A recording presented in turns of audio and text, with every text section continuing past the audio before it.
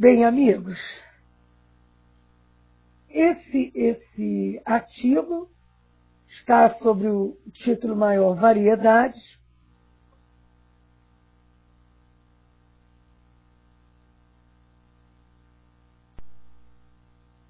E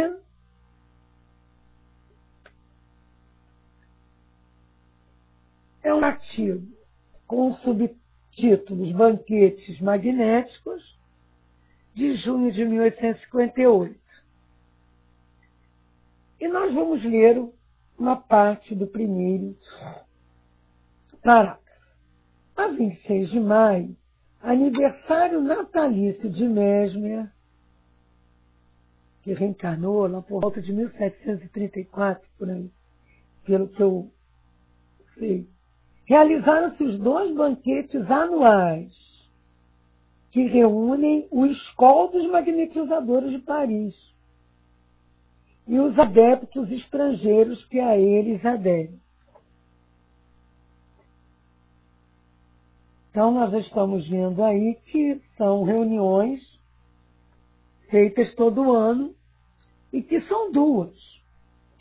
Sempre temos perguntado, diz Kardec, por que motivo essa solenidade comemorativa é celebrada por 2 banquetes rivais, onde cada grupo bebe a saúde do outro e onde, sem resultado, ergue-se um brinde à união. Naquele momento, tem-se a impressão de que estão prestes a se entenderem.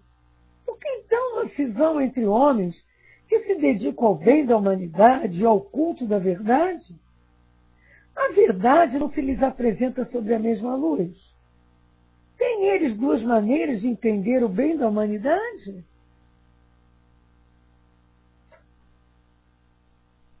E aí, nós vamos vendo que essas dissidências em grupos, elas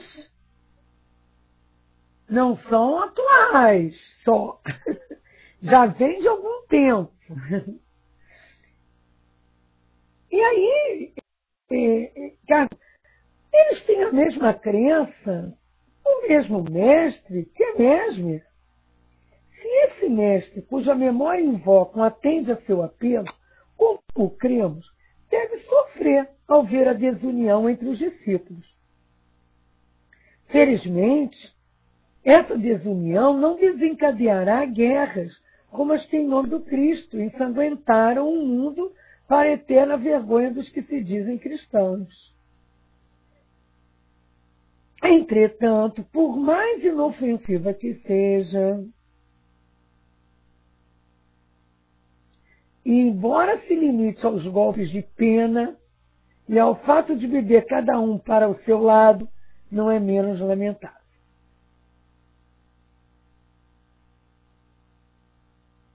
Não é menos lamentável.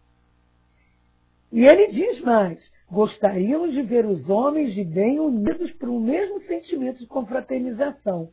Com isso, a ciência magnética lucraria em progresso e em consideração. Bom, primeiro, eu parei aqui. Parei aqui porque aí a gente fez uma pequena pesquisa. Dinha já está com som? A gente fez uma pequena pesquisa e vale a pena vocês entrarem. Tem algumas coisas assim que não tem a ver tanto com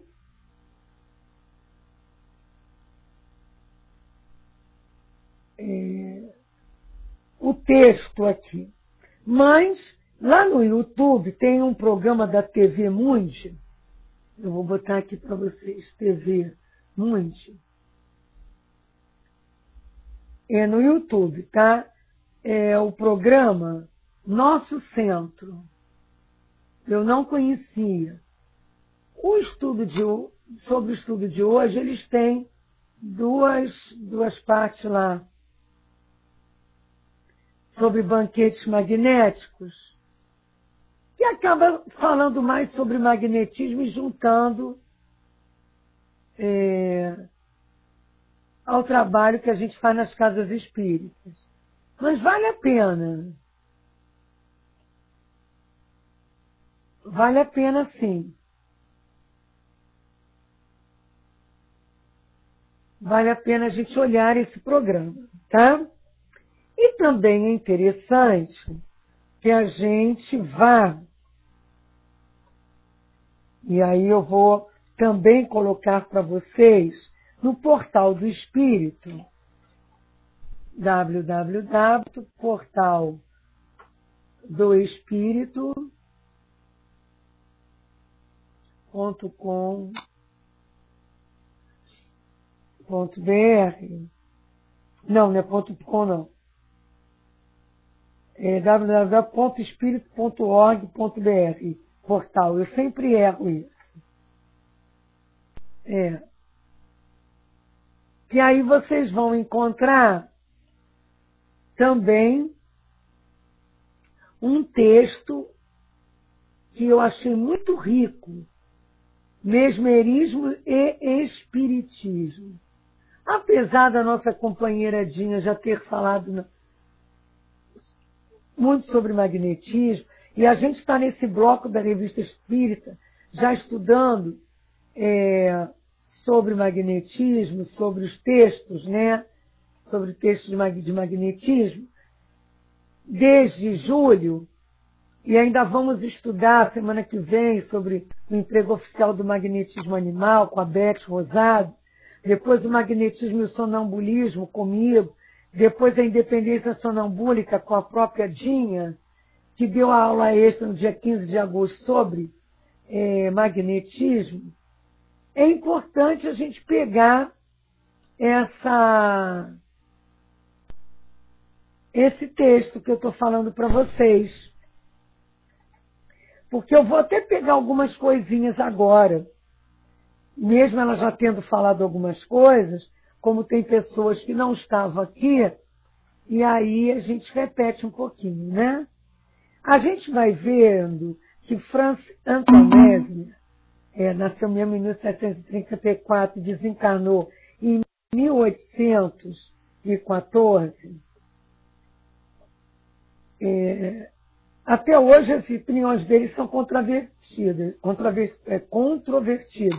Para muitos ele foi um charlatão, para outros foi um místico, né? Para outros biógrafos, inclusive, ele tem valores de um cientista,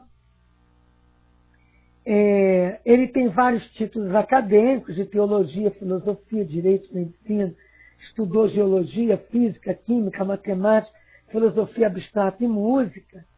E mesmo iniciou o seu trabalho clínico em 1774.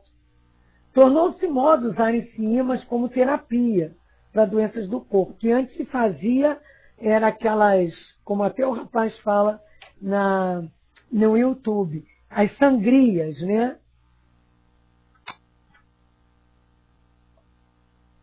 Até para casos de histeria, tiravam sangue, a pessoa perdia um pouco da vitalidade um tempo, e aí acabava as crises histéricas, mas logo depois voltavam, né? E entre os métodos que ele adotou inicialmente, aplicava ímãs sobre regiões enfermas e friccionava. Colocava ímãs em bolsinhas de couro para que seus pacientes usassem no pescoço, magnetizava água, taças, espelhos, vestidos, instrumentos musicais, por fricção. Procurou um meio de acumular essa energia magnética para conduzi-lo. E aí ele construiu, então, um bucket. Tá? Bucket, não é banquete isso não, é bucket. Tá? Ele construiu esse bucket. Eu até fui procurar esse bucket e achei. Até o desenho desse bucket. O que é bucket? Era aí que eu achei aqui. Tem até um texto que vocês também podem encontrar sobre o título A Tina de Mesmer, né? E a Tina de Mesmer, que está no Museu de História da Medicina e da Farmácia de Lyon, Ou vários magnetizadores ajudavam usava um instrumento, que era o bucket. E esse bucket era uma tina. Uns usavam varinha de metal, né, para aplicar o magnetismo animal. Mas Mesmer utilizava principalmente em Paris a tina mesmérica, o bucket. Na época, um dos discípulos de Mesmer, em 1784, que nós até estudamos num texto sobre ele, o Marquês de Puységur, lembra? Ele descreve essa tina como tendo um fundo. No fundo da tina, o Mesmer colocava garrafas arranjadas de uma maneira lá, e acima delas colocava água até uma certa altura, varas de ferro, extremidades com a água saem desta tina. E a outra extremidade, terminada em ponta, se aplica sobre os doentes. Uma corda em comunicação com o reservatório magnético reservatório comum liga todos os doentes uns aos outros. De uma circulação de fluido ou de movimento que serve para estabelecer o equilíbrio entre eles. Aí dizem que, se desejar, utiliza-se uma vara de ferro, terminada em ponta, apoiada no meio da tina, que se pode tocar de tempo em tempo, de uma recarga que se pode operar à vontade, mantendo esse movimento na direção dada. E é por intermédio da corda, lógico, que serve para ligar todos os doentes entre si, que chega, como se já disse acima, ou como eu já falei, um combate em cada indivíduo pelo restabelecimento do equilíbrio pelo fluido do movimento elétrico animal. Há uma impulsão elétrica, né? E a água também é um meio que passa isso, não é verdade? E essa tina, sem a ajuda dos magnetizadores, dizia que não devia ser usada, pois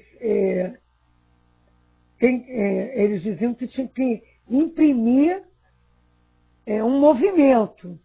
E aí os objetos eram condutores ou intermediários dessa ação.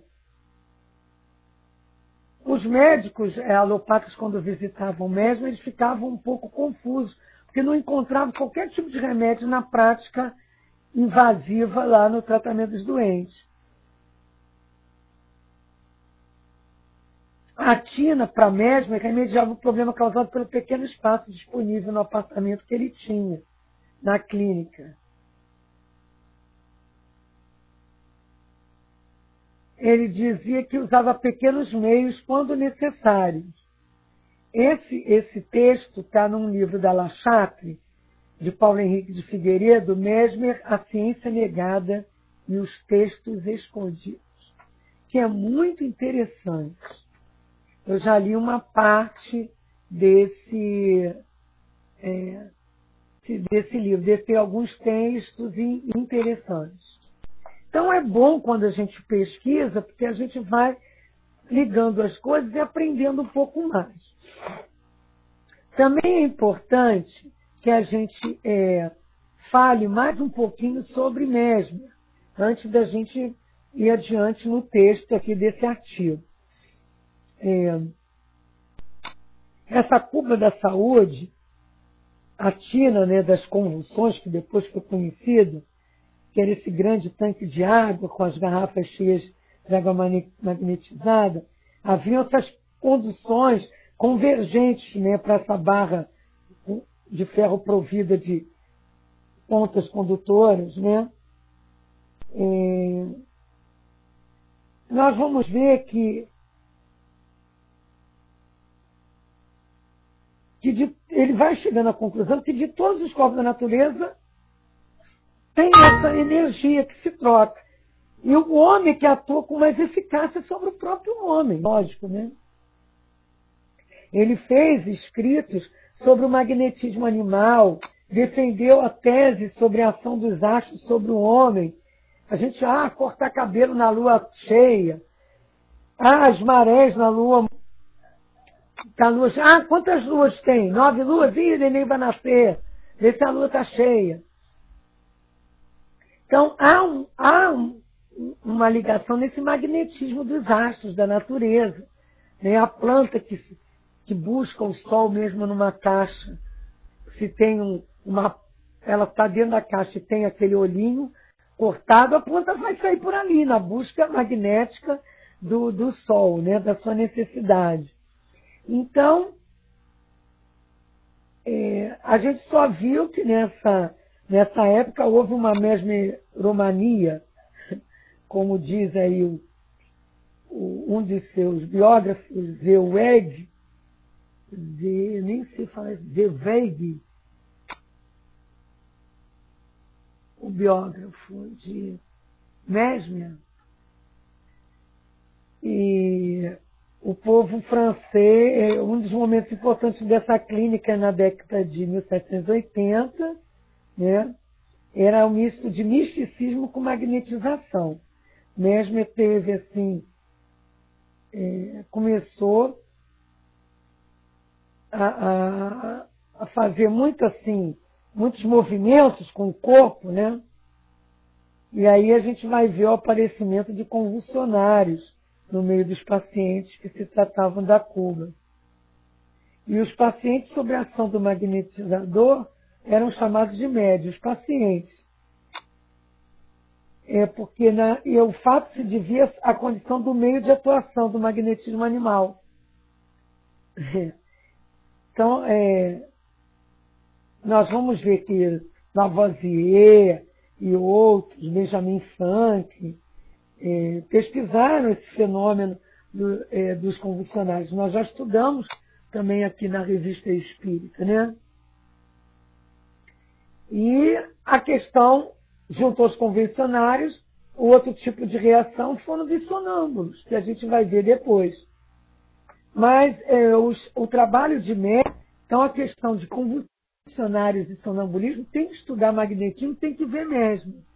Mas esse trabalho de Mesmer teve uma série de escolas, né, que se sucederam na tentativa de trabalhar com essa fenomenologia, né? E aí tem as tendências, a gente vê a escola fluidista, que explica os fenômenos pela exalação de uma substância nervosa corporal. Dos muitos ramos que esta escola possui, a gente vai citar Deleuze. A escola animista, que explica os fenômenos pela atuação da vontade sobre a consciência. Nós vamos ter aí o trabalho de hipnose de James Braid, de Barbarin sobre sugestão. Também os desencadeados, também por eles, como os de Charcot. A escola espiritualista, que explica os fenômenos pela ação de entidades extracorpóreas sobre a consciência. Tem aí a teosofia e tem o espiritismo, né? Então, as escolas não são mutuamente exclusivas, né? Uma explicação de uma não elimina a explicação de outra. E o trabalho de Kardec, com essas classificações, uma vez que ele relativiza os fenômenos, atribui causas diferentes, fenômenos diferentes, a grande ênfase do trabalho reside nesse desenvolvimento de uma terceira hipótese, que ele desenvolve, né? E aí a gente vai ver que as influências de Mesmer na obra, né, é grande. Né? A terminologia, Kardec redefiniu muitos termos do magnetismo, muitos leitores do espiritismo acreditam que ele criou palavras, mas não é verdade, ele criou conceitos novos. Médium para mesmerismo é a pessoa que se coloca sob a ação do magnetizador, e para Kardec, ou quer dizer, para os espíritos, todo aquele que sente num grau qualquer a influência dos espíritos, né? O termo do médium sonambúlico, que também cabe às duas ciências, com acepções diferentes, porque para o mesmerismo, este seria qualquer pessoa que entra em contato com o estado sonambúlico mediante a aplicação do magnetismo, e em Kardec, os médios sonambúlicos seriam apenas os sonâmbulos capazes de acusar a presença de espíritos e serem seus intérpretes ou intermediários, tendo servido a ação dos espíritos, né, gente? Porque a gente não pode esquecer isso. E o companheiro que fez ali no espírito.org algumas colocações, ele não faz esse adendo, né? Que Kardec fala que o médium sonambúlico é aquele que se deixa influenciar por outro espírito e passa a ideia desse espírito. E nós vamos ver que essas três, na revista Espírito de 1864, né, e a de 1863, 65, nós vamos ver artigos, mensagens atribuídas a Mesmer, né? Kardec publica diversos artigos sobre o magnetismo, né? O Espiritismo liga-se ao magnetismo por laços íntimos como ciências solidárias. O próprio Kardec diz isso. Então é importante que a gente tenha essa visão, né? Outra coisa também que a gente conseguiu nesse texto, eu acho que é melhor a gente... Não, é para lembrar o seguinte. Ele diz aqui que a 26 de maio, que era o aniversário de Mestre, haviam esses banquetes. E que nesse ano aqui, ele foi convidado para os dois. E ele diz mais lá no segundo parágrafo. Uma vez que os dois campos não estão divididos por divergências doutrinárias em que se funda, então o seu antagonismo. Por que dois grupos, né? Não lhe podemos descobrir a causa senão nas suscetibilidades inerentes à imperfeição da nossa natureza, das quais nem mesmo os homens superiores por vezes estão isentos. Em todos os tempos, o gênio da discórdia agitou o seu facho sobre a humanidade, isto é, do ponto de vista espírita, os espíritos inferiores e invejosos da felicidade dos homens encontram entre eles acesso muito fácil. Feliz aquele que tem bastante força moral para repelir as suas sugestões. É o segundo parágrafo, Nina Mil, aqui do texto, que pode ser lido por todos, sendo colocado aqui.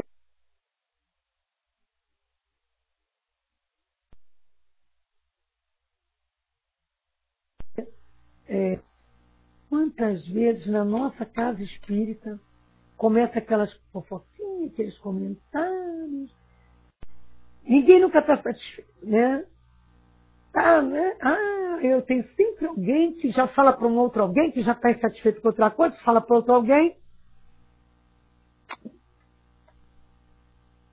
Aí vários insatisfeitos por várias coisas diferentes acabam se unindo por uma coisa comentada por um. Você viu? Podia ter sido diferente, podia ter sido melhor, podia ter feito isso, isso e aquilo. Vamos dizer, eu também acho. Aí começa a fofoquinha. Só que eu também acho sempre é de gente que nunca faz nada, nunca está na hora, nunca busca, né? Não procura fazer, só fala.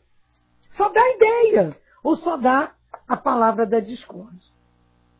Por isso a gente tem que ter muito cuidado. Mesmo a gente tendo, como aqui, os magnetizadores mesmerianos, a mesma ideia, a gente se faz dissensões. Velho, então a gente não deve criar outras casas? Não é isso, não.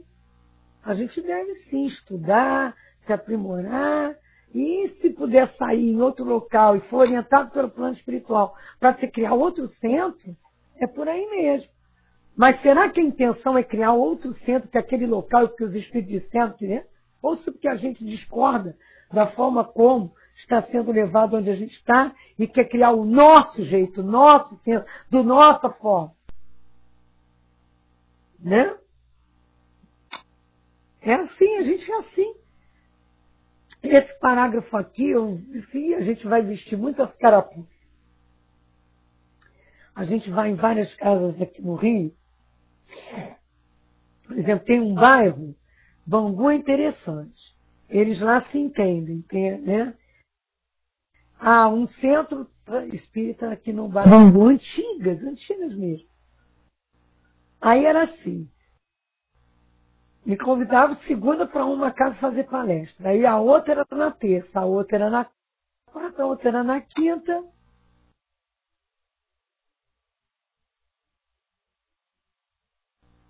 Cada um é num dia, mesmo. Você vai numa, aí você vai vendo que eles vão mudando de casa. É muito engraçado. E quando eles fazem eventos, como eles são próximos e pequenos, eles fazem eventos evitando bater um evento junto com o outro. Lá no Leão Denis já não dá mais para a gente ver isso. né? Porque é uma casa grande e às vezes até dentro da casa tem duas coisas no mesmo dia. Ou tem, por exemplo, ontem tinha lá o nosso jantar, mas teve o culto lá e de manhã teve o encontro. Quem foi cedo, pôde ir cedo, fez o encontro, almoçou por lá mesmo, participou do culto, que foi lá, porque o culto de agosto é o culto de aniversário, que era na casa da vice-presidente Cidinha, que depois foi presidente, que foi na casa dela, da mãe dela, que tudo começou com o culto do lar. Só que esse culto mensal que a casa faz na casa dos colaboradores e dos médios, deixou de ser alguns anos na casa da Cidinha, porque ia tanta gente que não dava na casa dela. E a gente, como era um culto de aniversário da casa, passa a ser na casa. Aí a pessoa ficou pro culto, acabou o culto, 4 e pouco, 5 se arrumou por lá mesmo, já foi arrumado, e dali foi, ou então foi em casa, quem mora perto, fomos pro jantar lá na Praça Seca, numa casa de festa que não foi cedida com muito amor e carinho. Junto com toda a belezura lá. E o que a gente pagou de convite serviu para o nosso jantar e para a gente auxiliar as obras da casa, as necessidades da casa espírita. E então, quando a gente vê isso, muita gente não pôde ir. Porque estava junto com a viagem que a gente faz nos centros fora, não deu para trocar, apesar da programação. Outros não puderam porque tinham outros compromissos, embora isso já está agendado há algum tempo. Existe uma série de circunstâncias. É diferente de quando a gente pode se organizar e aí a gente sai de uma casa para fazer outra porque a intenção é fazer do seu jeito. E o jeito tem que ser o jeito de Jesus, o jeito de Kardec. Por isso que Kardec, com orientação dos Espíritos, no Livro dos Médiuns, botou lá, Regulamento da Sociedade Espírita, Regulamento da Sociedade Espírita. Como se faz quais são as normas gerais? Claro que tem algumas coisas que a gente imprime a nossa marca pessoal, não tem jeito. E não é para ter jeito, não é para ser tudo igualzinho. Mas o que tem que ter jeito é a gente se confraternizar, se compreender, se realmente amparar uns aos outros e manter o trabalho. A ideia tem que permanecer, a fidelidade e o objetivo de cada casa. Às vezes também a gente vai em alguns lugares que algumas casas as pessoas saem e formam outras quase do lado. Gente, e está pedindo coisa a outra também, por que não ficou junto para... Juntos a força é maior. Não é a clientela... não apareceu clientela maior. Aparece, porque a necessidade é grande. Mas umas nem aparecem. Criaram várias casas e casas ficam, às vezes, vazias. Eu me lembro, embora vazias de encarnados, que uma vez o altivo presidente lá do Leon Denis, que já desencarnou, tem 2 centros bem próximos, assim. E o Leon Denis foi crescendo, né? Que é a tarefa da casa. Leon Denis é um espírito que trabalha com as massas. Então o trabalho ali não é para 1, 2, nem 100, nem 300, é para as massas. É a característica da casa e o estudo aprofundado da doutrina, que é a característica de Leon Denis, o patrono. Aí um centro próximo, que é o Israel Barcelos, que hoje é nosso parceiro, e que a gente faz estudos lá e tal, o presidente naquela época chegou para o Aldir e disse assim, olha só, você tem que me ajudar, porque eu tenho uma quitanda, que eu abri um supermercado, eu estou enrolado. Um jeitinho assim, simples de falar, olha, dá uma ajuda, dá uma ajuda. E aí nós começamos a sermos chamados. O Altivo deu uma lista para ele, com contatos nossos, para ir lá fazer palestra. Ele mudou alguns horários. A gente hoje faz cursos, aos sábados, os cursos das obras básicas que tem no Leon Denis são feitas lá. Porque a gente não tem espaço na casa.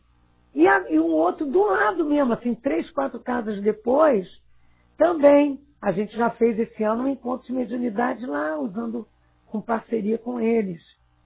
Então, olha como é positiva essa união, né?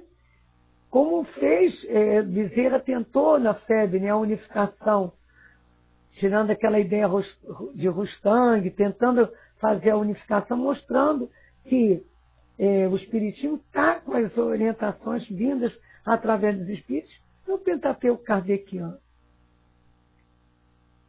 E isso até hoje é complicado, né, lá dentro. Então, são as suscetibilidades. Um faz, o outro faz. Não, eu quero fazer aqui perto de casa porque eu não quero sair de casa. Aí abre um centro. Não é assim. E isso aqui a gente vai vendo aqui no texto, no terceiro parágrafo, Kardec dizendo, deram-nos a honra de nos convidar para ambas as reuniões. Como se realizaram simultaneamente, e não passamos ainda de um espírito muito materialmente encarnado, não possuindo o dom da ubiquidade, bem-humorado Kardec, não nos foi possível satisfazer senão a um desses atenciosos convites. Fomos à reunião presidida pelo doutor, peraí que eu estou achando o texto, pelo doutor Duplanty. Eu vou falar Duplanty porque eu não sei, vocês sabem que eu sou monoglota, né? Deve ser Duplanty, não. Duplanty, deve ser Duplanty.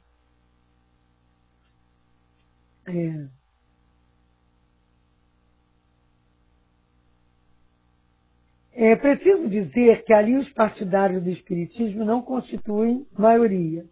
Contudo, verificamos prazerosamente que, salvo alguns piparotes dados nos espíritos em coplas espirituosas cantadas pelo senhor Júlio Love e naquelas não menos divertidas cantadas pelo senhor Furtier, que teve as honras de um bis, a doutrina espírita não sofreu de ninguém críticas inconvenientes, em que são férteis alguns adversários a despeito da educação do que se gaba. Aí ele diz lá que longe disso, a gente vai vendo aqui os partidários do Espiritismo, não podendo esquecer que nós estamos em 1858. Já saído o Livro dos Espíritos.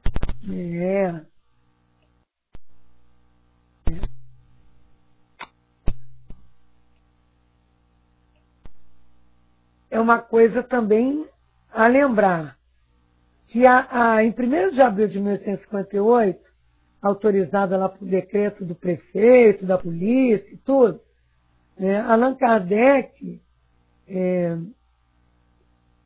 mostra que passa a funcionar em Paris o primeiro centro de estudos espíritas do mundo. É quando ele fala da Sociedade Parisiense de Estudos Espíritas. Na Revista Espírita aqui de maio de 1958, ele traz esse artigo. E é no mês de maio que Kardec recebe os 2 convites para participar dos 2 banquetes rivais.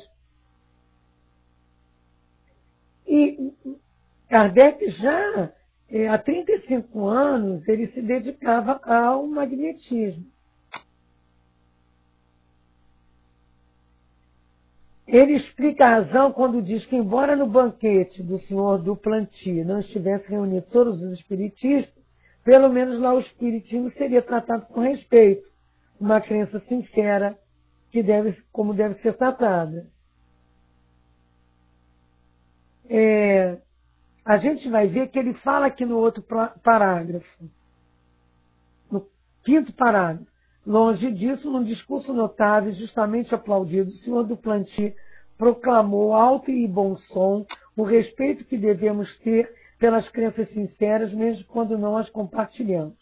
Sem se pronunciar pró ou contra o espiritismo, fez sabiamente observar que os fenômenos do magnetismo, revelando-nos um poder até então desconhecido, devem tornar-nos ainda mais circunspectos em relação aos que ainda se podem revelar, e que pelo menos seria imprudência negar os que não compreendemos ou não chegamos a constatar, principalmente quando se apoiam na autoridade de homens honrados, cujas luzes e cuja lealdade não poderiam ser postas em dúvida. Isso é ele falando de Allan Kardec, né, gente? São palavras sensatas que agradecemos ao senhor de Plantio. Elas contrastam singularmente com as de certos adeptos do magnetismo, que inconsideradamente atiram o ridículo sobre uma doutrina que confessam desconhecer, esquecidos de que outrora também eles foram alvo de sarcasmos. Foram também enviados aos hospícios e atacados pelos céticos, como inimigos do bom senso e da religião. Hoje, em 1858, que o magnetismo se reabilitou pela força das circunstâncias, que dele não mais riem, que podemos, sem susto, confessar nos magnetizadores, é pouco digno e pouco caritativo usarem dessas represálias contra uma ciência irmã que só lhe pode dar um benéfico apoio. Claro que através dos fenômenos observados, a gente vai vendo a questão magnética, né? E aí o magnetismo vai se, vamos dizer assim, se reforçando cada vez mais, né, gente? Cada vez mais. Então não era para ter essas dissidências, nem essas coisinhas, né? Mas sabe como é que nós somos, né? A gente não é fácil, não. A gente é complicado. Complicadíssimo. E aí, quando a gente faz esse tipo de estudo, eu gosto também de buscar um pouco mais sobre esses companheiros, né? Então eu fui lá também procurar na Wikipédia um pouco sobre do Plantio. Daqui a pouco eu abro para vocês porque ele resolveu não abrir. Jesse do Plantio. A gente aí vai só lembrando que Kardec testa alguns comentários sobre por que realizar esses dois banquetes, né? Ele desabafa, falando como parte dos magnetizadores não aceitam a doutrina espírita. Aquilo que ele faz aí é um pouco de desabafo, né, gente? Não é que ele reclame. É isso aí. Da questão da postura, né, gente? Não podemos deixar de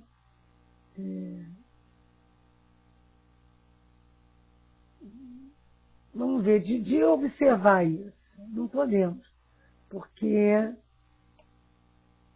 faço ideia, né? Às vezes eu fico assim, meu Deus do céu, nós somos muito sortudos, né? Muito sortudos. Porque nós não precisamos brigar com nada disso, gente. Sabe o que é isso? Nós não precisamos. Nós não precisamos disso. Nós já encontramos tudo pronto. Nós encontramos as coisas organizadas. E é uma pena que às vezes a gente deixe passar essas coisas com pequenininhos detalhes, né, dentro da casa espírita.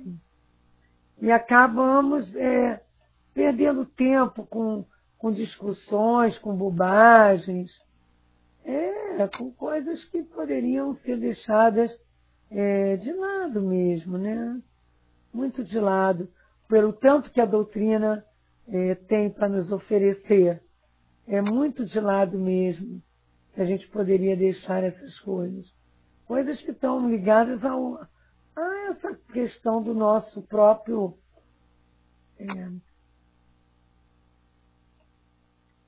É um orgulho, né, gente? Eu acho que é mesmo. É o nosso orgulho, né?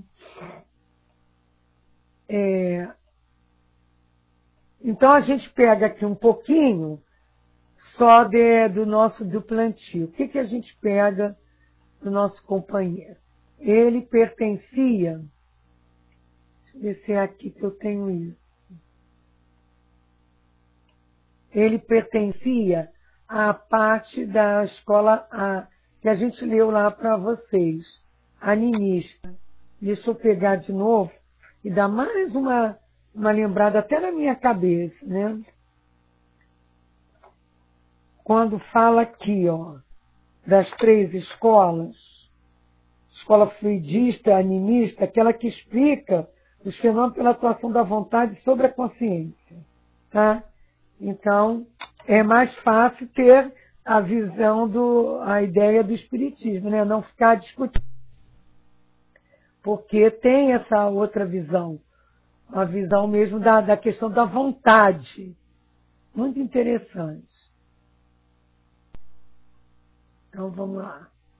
Também, se vocês quiserem ler um pouco sobre isso, tem um trabalho de um companheiro que nas minhas pesquisas eu achei. Deixa só eu ver como é o nome do trabalho. É um trabalho de Ademar Chioro dos Reis, Magnetismo Vitalismo. Se vocês botarem assim, Magnetismo e Vitalismo, e o segundo capítulo desse trabalho do companheiro é muito interessante. Ele fala de Mesmer, do magnetismo, do sonambulismo, da hipnose, do declínio do magnetismo, e faz essa ligação que eu tentei resumir um pouquinho para vocês, tá? É muito, muito resumido, mas é um trabalho gostoso de se ver. Que faz um resumo, né? Para a gente poder entrar nesse trabalho outro aqui da frente. Bom, vamos continuar aqui mais um pouquinho.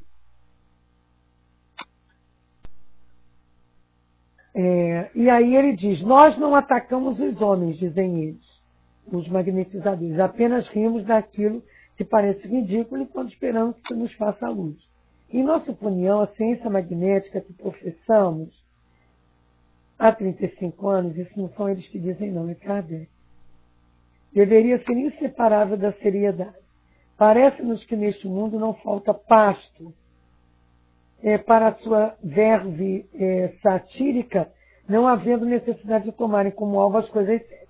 Esquece-se de que foi usada contra eles a mesma linguagem, que eles próprios acusavam os incrédulos por julgarem levianamente e diziam como nós agora, por nossa vez, paciência, rirá melhor quem rir por último. Isso a gente conhece, né? A gente conhece bem.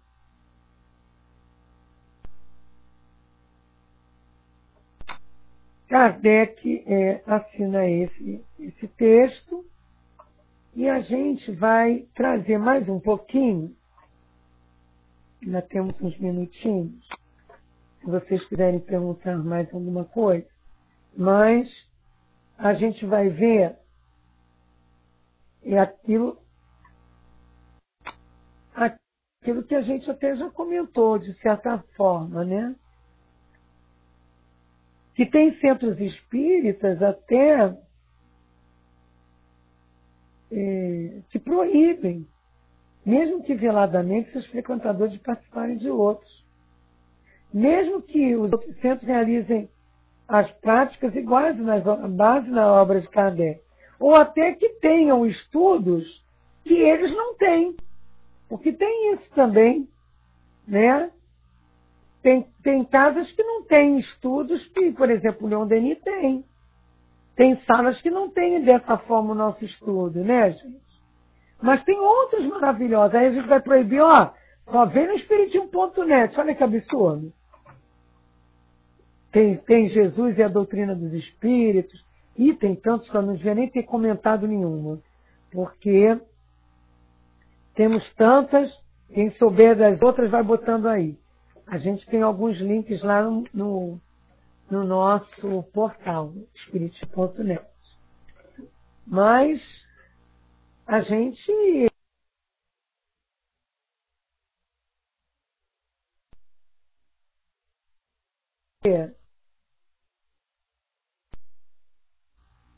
não pode fazer no Facebook, ou no Orkut mesmo. A gente vai lá e a gente encontra um montão. Isso aí vocês não se preocupem. Espera aí, só um minutinho. Isso aí, meus amigos, é o meu celular que eu deixei ligado. É só um minutinho. Oi. Meu amor, te ligo daqui a pouco, eu estou dando aula na internet da Revista Espírita. É que a companheira é a presidente de uma casa espírita lá na Barra, e a gente está aqui fazendo uma tentativa de conseguir mudar, que ela está precisando mudar uma palestra que eu vou fazer lá, e a gente não está conseguindo horário. Porque ela pede para eu trocar, eu não posso. Aí estamos nisso desde cedo. Mas é isso, amigos. A gente tem que ter muito cuidado com a nossa postura, com as nossas falas, né? Para que a gente não faça o que muitas casas fazem ainda, né? A gente às vezes faz por besteira. Meu Deus. Ou então até eu já vi também outras situações, e, tipo assim, eu não vou mais ficar nessa casa não, porque eu acho que o estudo tinha que ser diferente. Porque fulano que dá o estudo eu não gosto. Então propõe uma coisa diferente. Né? Se habilita a fazer um trabalho. Faz esse tipo de proposta. Mas não vamos ficar, né, conversando vamos dizer assim, nos bastidores ou nos corredores, né? Isso não é legal. Então, quando a gente estuda essa parte, esse artigo que Kardec traz, é mais para ressaltar em nós a necessidade de nos unirmos, a importância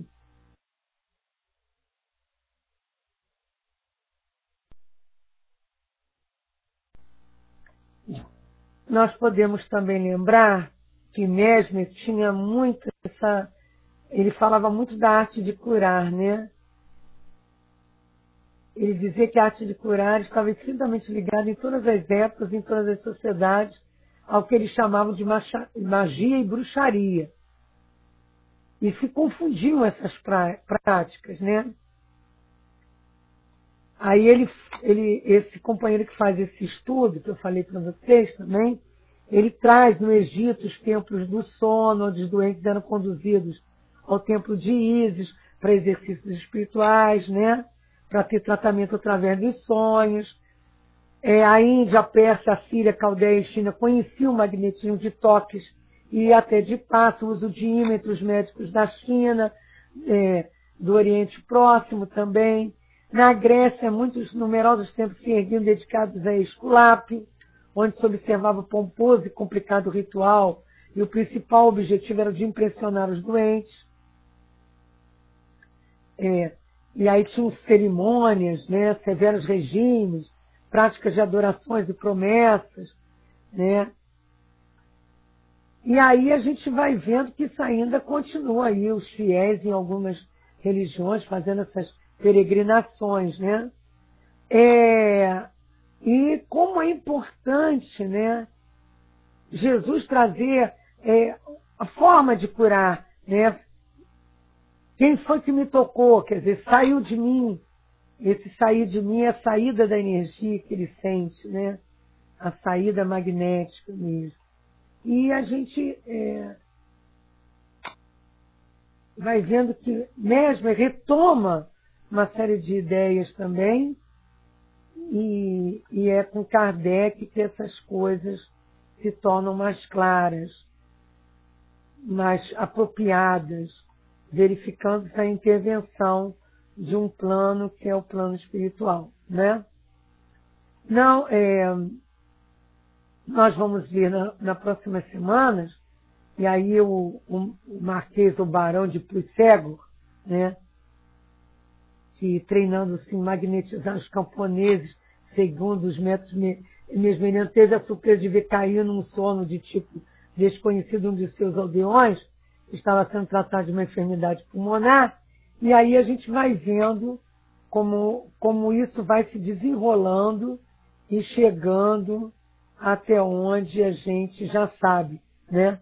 Aonde chegou, que é o conhecimento que a gente tem hoje de magnetismo, que a gente tem hoje de passes, que a gente tem hoje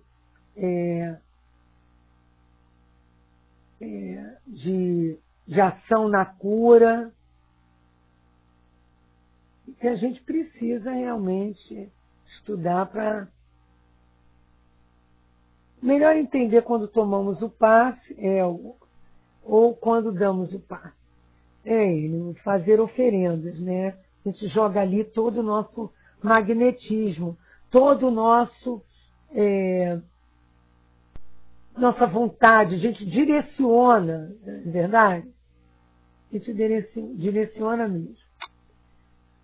Bom, caros amigos, vamos dar agora a palavra para a nossa companheira Inãs, que vai fazer a nossa prece final.